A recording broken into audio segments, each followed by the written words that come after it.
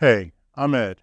Today I'm going to show you how to replace the defrost heater on a Frigidaire refrigerator.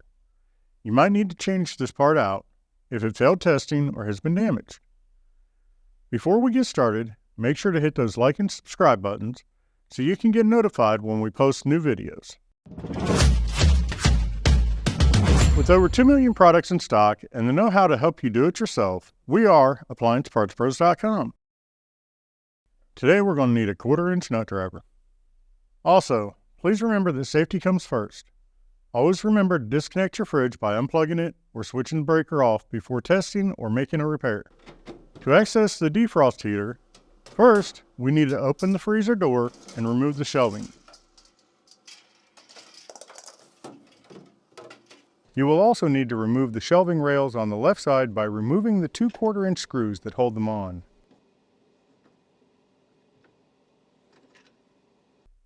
Then remove the 4 1/4-inch screws that hold the back panel in place. Now that the rear panel is removed, you can see the defrost heater at the bottom of the evaporator. Changing the heater is a little tricky, so please be very careful. First, you need to disconnect the wire connectors at the top of the evaporator. There will be a 1/4-inch screw that you will want to remove from just above the evaporator. Pull the heat shield and evaporator out, then slide the evaporator out from the heat shield. You need to gently pull the evaporator forward from the bottom. When you get the evaporator out far enough, pay close attention to where the heater goes up the sides. Then slide the heater out from the bottom of the evaporator. To install the new defrost heater, slide the heater back into place from the bottom of the evaporator. Then place the straps back around the element and lock it in place. The old element didn't have straps, but your new one will include them. Push the evaporator back into the heat shield. Now you'll need to gently push the heat shield and evaporator back into place and install the 1/4-inch screw securing it to the wall.